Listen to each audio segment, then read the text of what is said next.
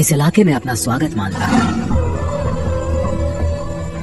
इस जगह को अपना बनाने के लिए मुझे स्कारफेस को हराना होगा।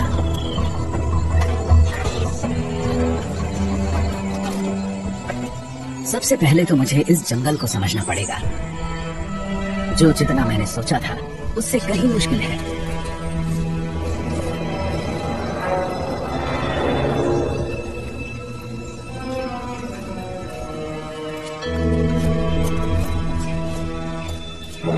मुझे एकदम खामोश रहना पड़ेगा।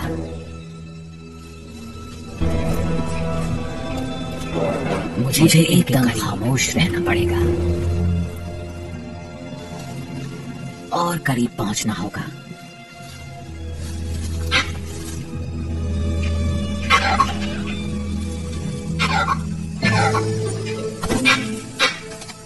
कमाल है,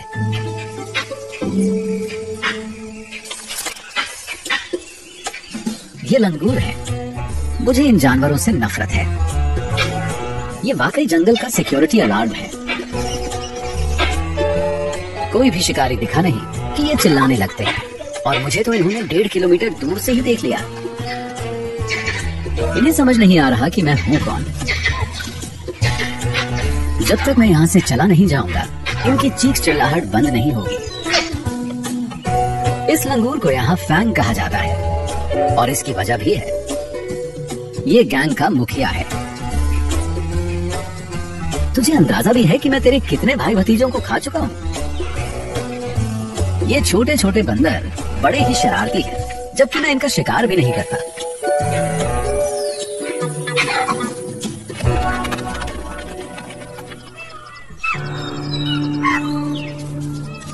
आज के दिन भी कुछ ढंग का खाने को नहीं मिला।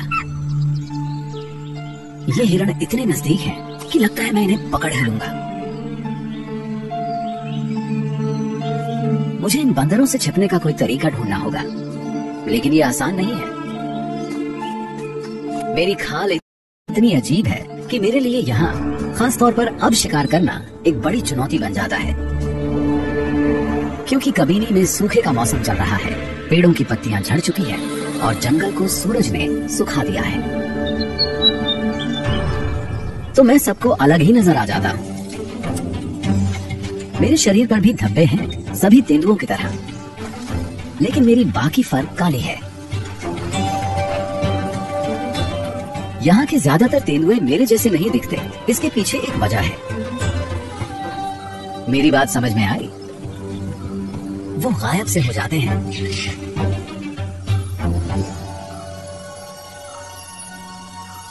ये है क्लियो। शायद ये इन परेशान करने वाले लंगूरों में से किसी को पकड़ सके।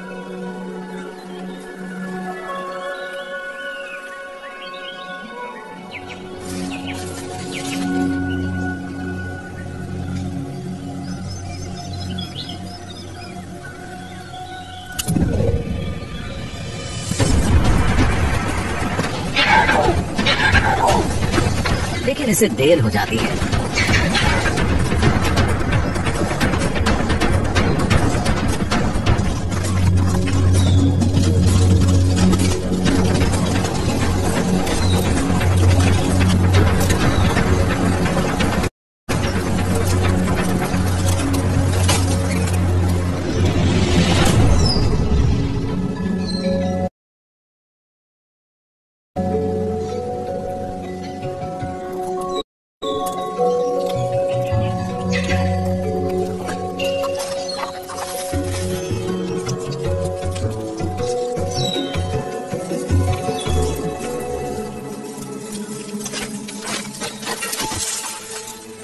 ऐसा तो नहीं हो सकता कि ये पेड़ से नीचे गिर जाए।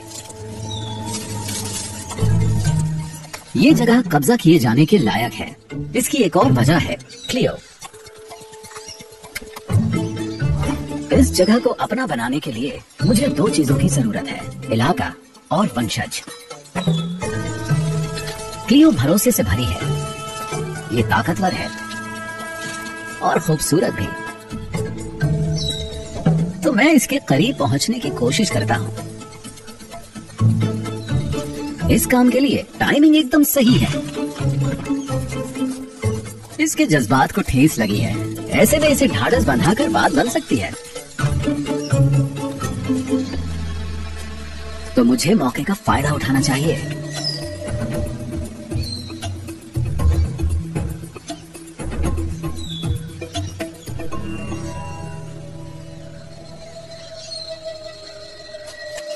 लेकिन लगता है आज ये मूड में नहीं है। क्लियो इस इलाके में मौजूद सबसे ज्यादा दबदबे वाली मादा तेंदुआ है और इसीलिए ये इसके साथ है, स्कारफेस के साथ। ओह, इन दोनों की तो दाल भी गलती लग रही है। ये दोनों एक ही पेड़ पर हैं, कुछ समझे आप? और मैं यहाँ नीचे इन जोकरों के बीच हूँ।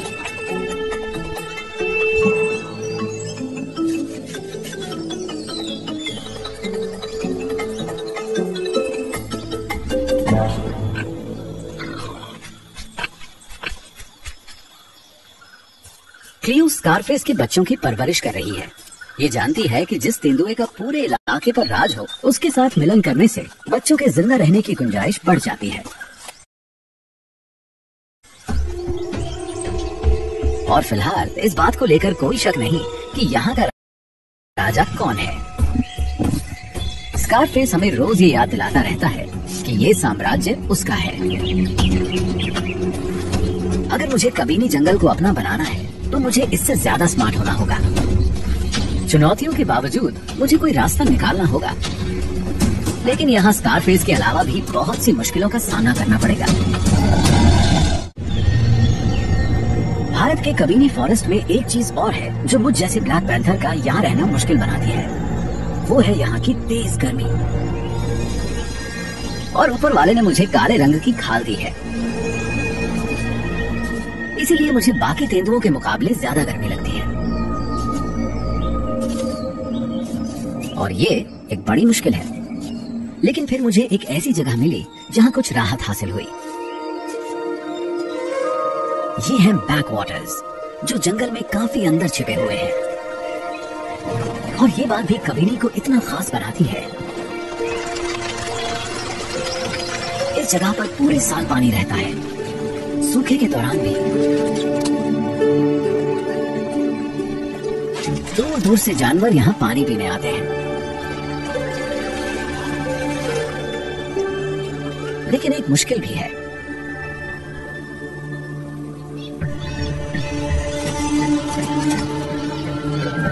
मैं इकलौता ही ऐसा नहीं हूँ जो खुद को ठंडा करने यहाँ आया हूँ।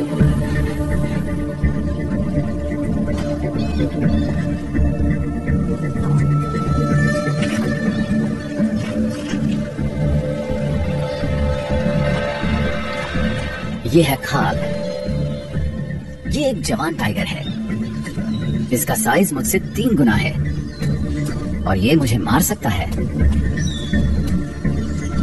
खाल का वजन करीब 226 किलो होगा, लेकिन मैं इस चीज को अपने फायदे के लिए इस्तेमाल कर सकता हूँ। मेरे पास बचाव का एक ऐसा रास्ता है जिसका इस्तेमाल वो नहीं कर सकता। टाइगर बहुत भारी होते हैं,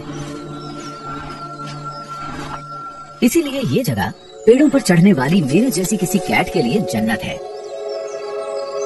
ये इलाका है जादुई पेड़ों वाला। यहाँ बाघों से बचाव मिलता है।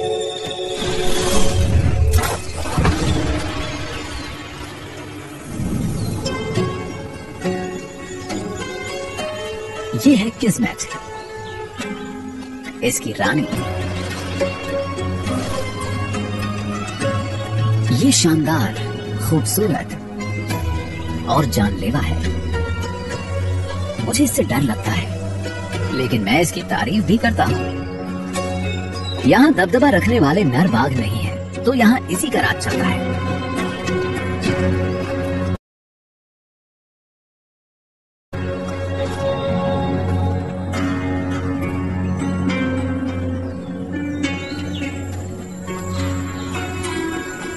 ये यहाँ अपने 3 बच्चों की परवरिश कर रही है और फिर ये इलाका इसका हो जाएगा। तब इसे दुश्मनों का डर नहीं रहेगा। खाल किस्मत के आगे कहीं नहीं ठहरता, लेकिन ये इसके बच्चों के लिए खतरा है। ये जानता है कि अगर इसने इसके बच्चों को मार दिया तो ये फिर मिलन के लिए तैयार हो जाएगी और शायद इसी के साथ मिलन कर ले। मुझे ये बात कुछ जमती नहीं, लेकिन हम बिग कैट्स को कुदरत ने ऐसा ही बनाया है।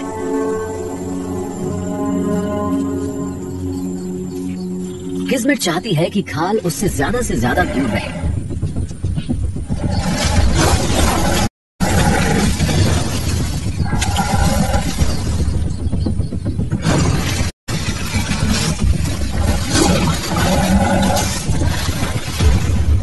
और इससे मेरे लिए भी एक टाइगर का खतरा कम हो जाएगा।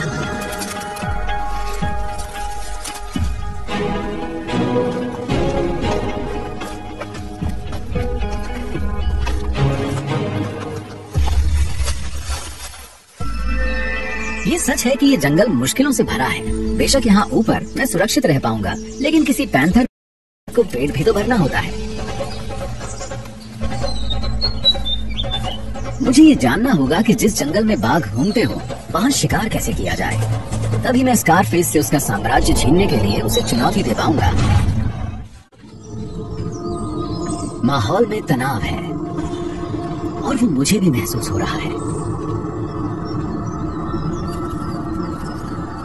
स्कारफेस शिकार करने निकला है। खलनायकों को भी पेट तो भरना होता ही है।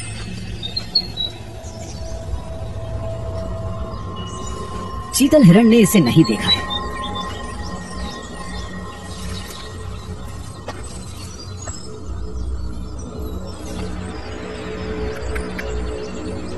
लेकिन मां को खतरे का एहसास हो जाता है।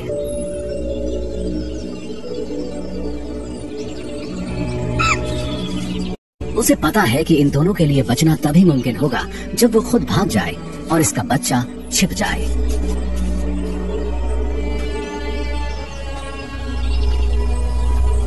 लेकिन ये तरकीब मैं पहले भी देख चुका हूं और स्कारफेस भी।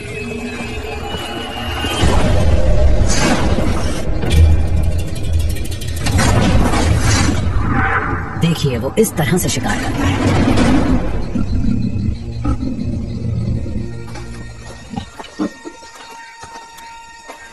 इसकी तारीफ करनी पड़ेगी। स्कारफेस एक माहिर शिकारी है और शायद इसकी इसी खूबी ने क्लियो का दिल जीता है।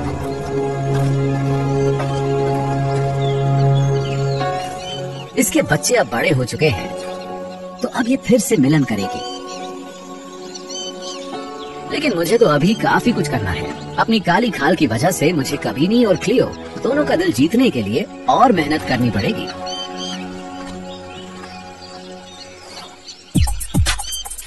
स्कारफेस को पूरा यकीन है कि वो यहाँ का बॉस है।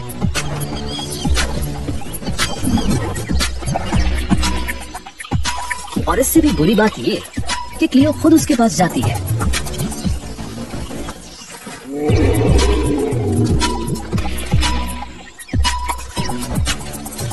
इतना ही नहीं, वो खुद को पेश भी करती है।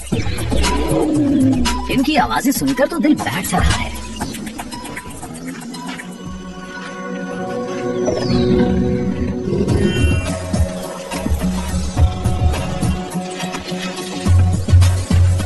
लेकिन रोमांस सिर्फ हम तेंदुओं के दिमाग पर ही छाया हुआ नहीं है।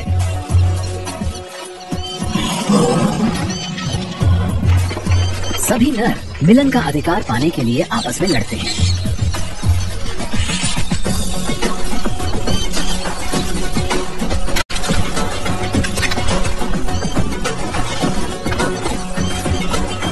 और इनमें सबसे खूबसूरत दिखने वाले नर भी शामिल हैं।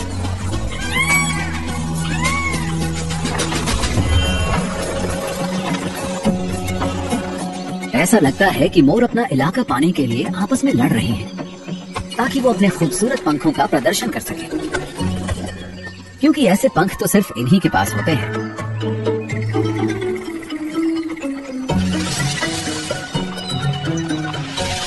लेकिन इसकी बदकिस्मती है कि मोरनी ऐसे पंख न जाने कितनी बार देख चुकी है।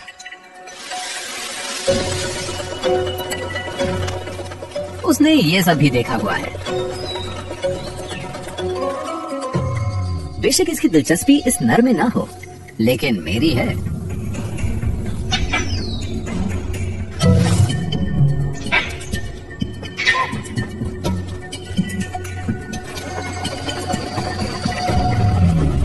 धत तेरे की, इन लंगूरों ने फिर मेरा खेल खराब कर दिया।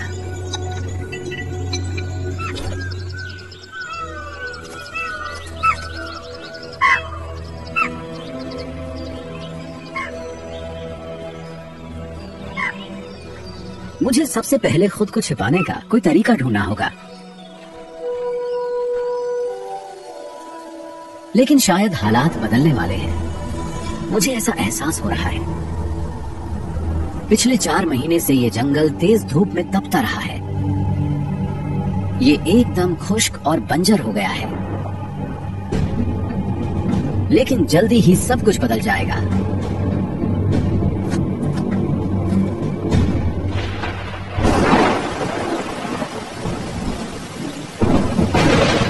क्योंकि मॉनसून आ पहुंचा है।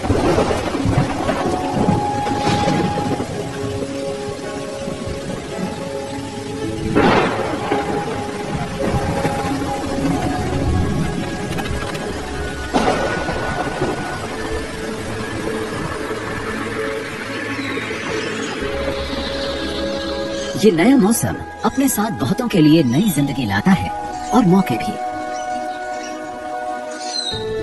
मैंने इस जगह को इतना हरा भरा कभी नहीं देखा।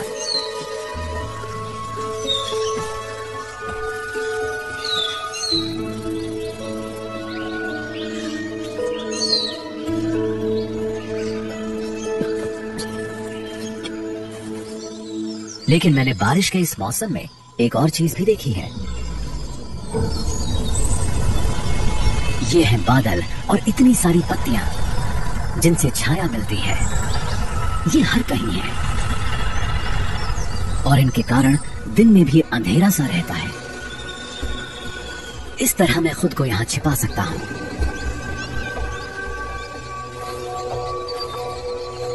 और मुझे खुद को फौरन छिपाना भी होगा। सामने किस्मत मौजूद है और मैं इस वक्त जमीन पर हूं।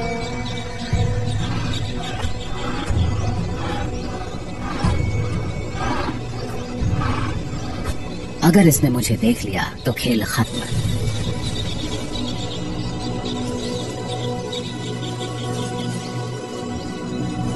तो मैं खुद को छिपाए रखता हूं।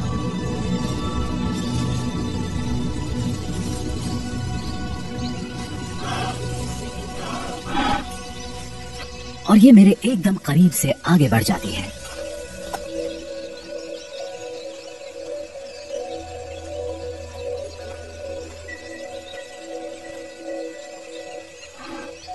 लगता है मैंने कबीनी को समझने का तरीका ढूंढ लिया है।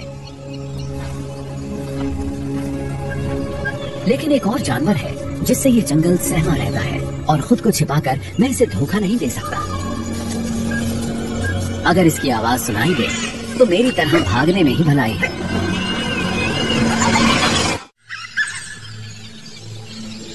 यहाँ की सुबहें बहुत ही खूबसूरत होती हैं।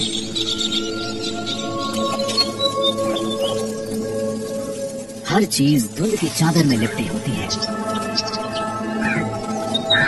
लेकिन इन हालात का फायदा उठाने वाला यहाँ सिर्फ मैं ही नहीं हूँ। ये अलार्म कॉल्स मुझे लेकर नहीं दी जा रही।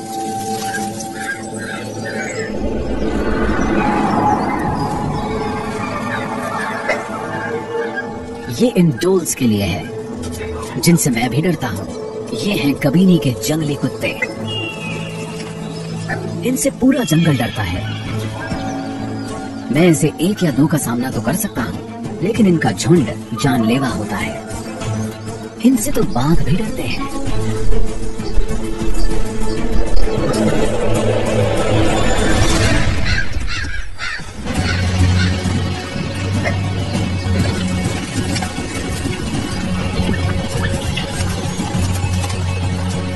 घनी झाड़ियां भी मुझे इन जानवरों से नहीं बचा सकती। इनकी नाक भी बहुत ही गजब की होती है और इनकी तादाद फिलहाल 20 है, यानी 20 नाक।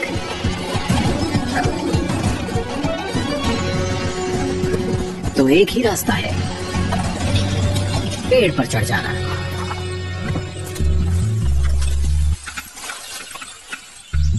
तू नहीं चढ़ पाएगा।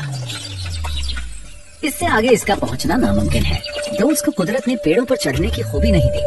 उनके पास इस काम के लिए ना तो नाखून होते हैं और ना ही मसल्स।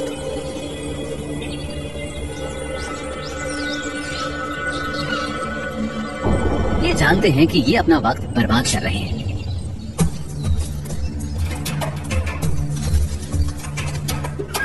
लेकिन अब ये कहाँ जा रहे हैं? ओह, इनका झुंड तो बैकवाटर्स की तरफ जा रहा है। वहाँ इन्हें जो मिलेगा उसे अपना शिकार बना लेंगे। किसी वाइल्ड बोर को पकड़ना आसान नहीं। इनके दांत किसी ढोल का पेट फाड़ सकते हैं।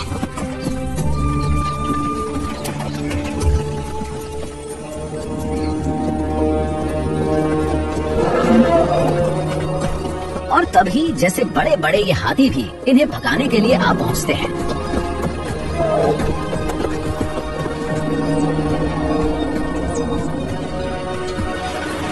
अगर किस्मत हमारी रानी है तो हाथी हमारे लिए देवता जैसे हैं।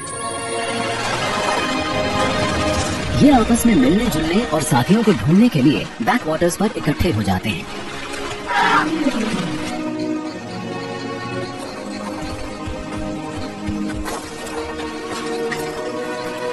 कबीनी में एक हाथी ऐसा है जिसे हर कोई सम्मान देता है। इसका नाम है बोगेश्वरा और कहते हैं कि एशिया में इसके दांत सबसे लंबे हैं। यहाँ भी हाथियों का शिकार वैसे ही किया जाता है जैसे कई दूसरी जगहों पर। ये पूरा पूरा दिन कबीनी के घास के विशाल मैदानों में चरते रहते हैं। शायद ये शाकाहारी जीव होंगे। तू नहीं चढ़ पाएगा। इसके दांत बेशक बड़े हैं, लेकिन डोल्स सिर्फ झुंड से ही डरते हैं। भला ये इतने बड़े जीव को क्यों खिंचा रहे हैं? इसकी वजह इलाका है या फिर ये इन्हें शिकार समझते हैं? कौन जाने। डोल्स सिरफिरे होते हैं।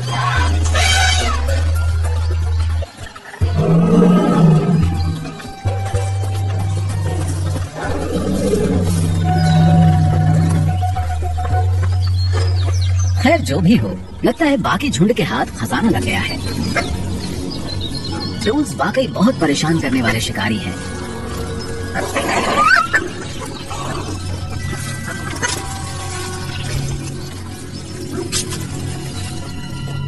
हम तेंदुए हाथियों के साथ नहीं उलझते। हम तो इनके साथ मिलजुल कर ही रहते हैं। कोई नौसिखिया ही इन विशाल जीवों से भिड़ने की कोशिश करेगा।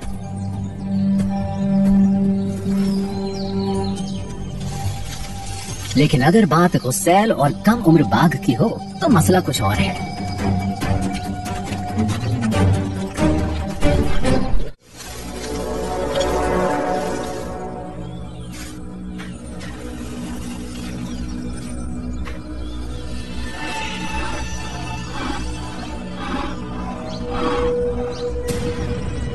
क्या खाल वही करने वाला है जो मैं सोच रहा हूँ?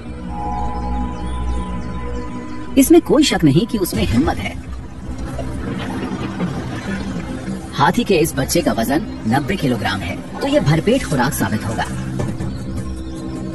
ये इतना बड़ा है कि बच्चे को मार सके। बस इसे सही पल की तलाश है।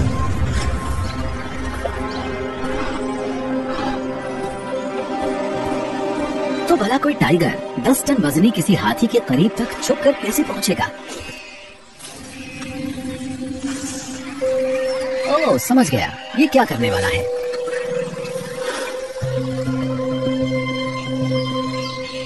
और ये भी समझ गए हैं।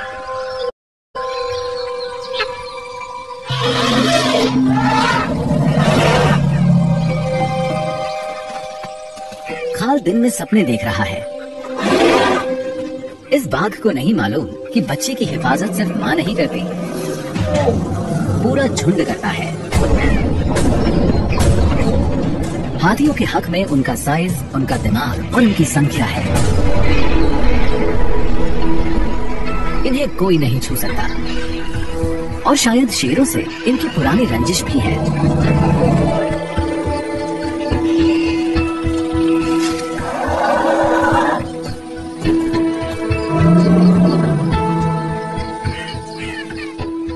दरअसल वो ये बात भूलने वाले नहीं हैं।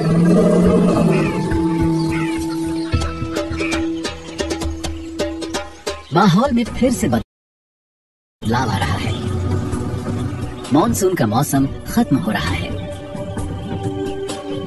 इससे पहले कि कबीनी का जंगल सूख जाए, हर कोई मौजूदा वक्त का भरपूर फायदा उठाने की कोशिश में है।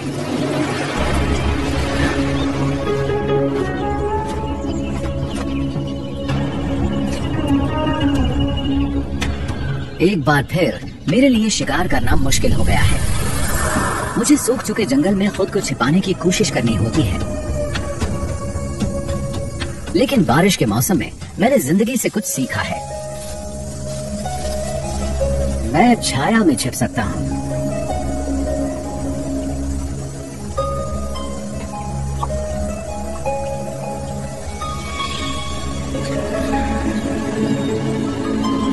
तो सूखे के मौसम में भी मैं अंधेरा ढूंढ सकता हूं। अब ये मेरी दुनिया है। अब मेरे पास एक रणनीति है। सबसे पहली बात, मुझे इन खुराफाती लंगूरों की नजर से बचकर रहना होगा। ये पूरे जंगल में ये बात फैला देते हैं कि मैं शिकार पर निकला हूं, पर मैं अब अपनी साथी छाया का इस्तेमाल कर सकता हूं।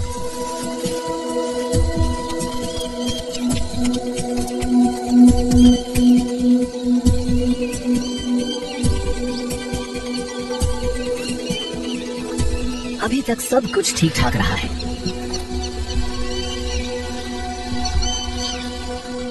कोई अलार्म कॉल नहीं आई है। मुझे बस थोड़ा सा करीब और पहुंचना है। एक बार रेंज में पहुंच जाऊं, उसके बाद ये बंदर जितना चाहे चीखते चिल्लाते रहे। रोशनी जितनी चमकदार होगी, अंधेरा उतना घना होगा। बादल, पेड़, सूरज, छाया, सारी अहमियत टाइमिंग की है। अब हमला करना होगा।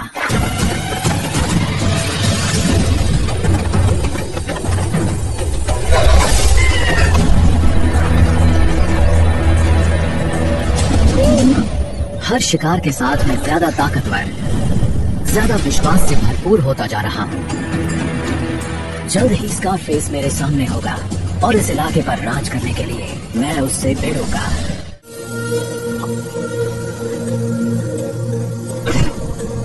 लगता है क्लियो ने शिकार किया है और शिकार काफी बड़ा है। इसके बच्चे बड़े हो चुके हैं, तो शायद ये आखिरी बार अपने परिवार के लिए शिकार कर रही है। लेकिन ये घबराई हुई है। इसके बच्चे छिपे क्यों हुए हैं?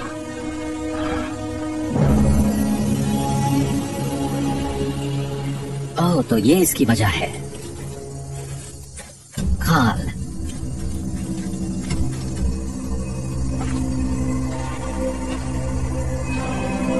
अगर उसने इसके यहाँ होने का पता लगा लिया, तो वो इसे और इसके बच्चों को मार देगा। तो इसे झटपट बच्चों को यहाँ से निकालना होगा। खाल हिरण को खाता है तो खाता रहे।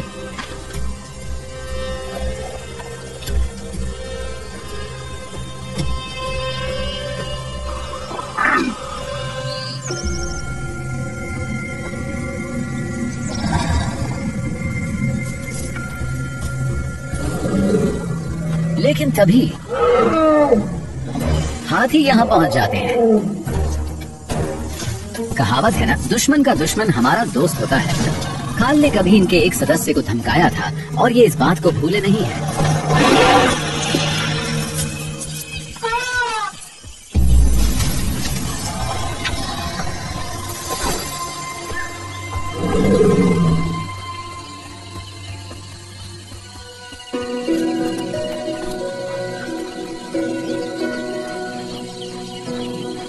पता नहीं क्लियो को ये मालूम भी है कि नहीं कि इस पूरे वक्त मेरा दिल सिर्फ इसी को चाहता रहा है।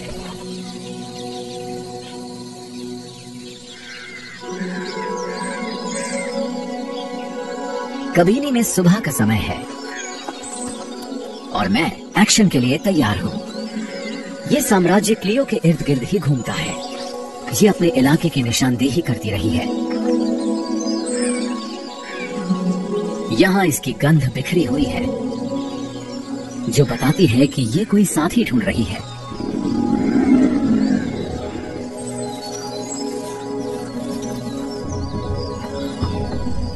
स्कारफेस समेत कोई दूसरा तेंदुआ भी ये बात जानता होगा।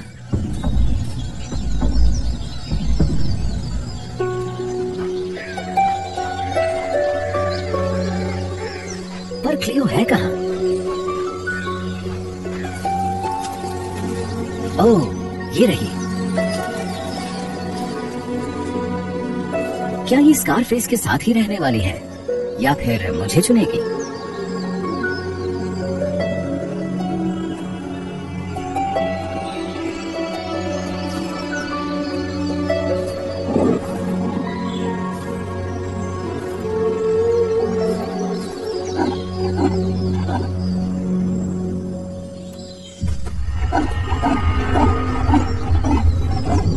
ये तो स्कारफेस की आवाज है।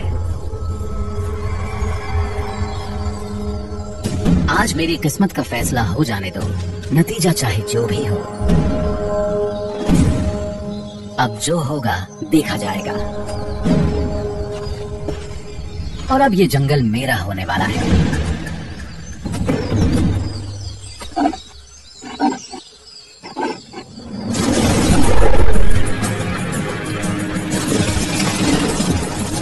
स्कारफेस, तू तो डरकर पेड़ पर चढ़ गया।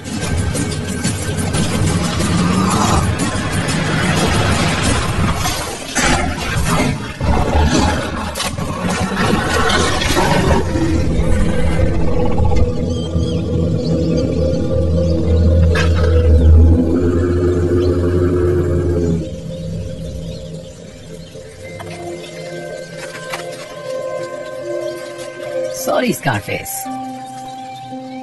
अब तुम मेरे इलाके में है।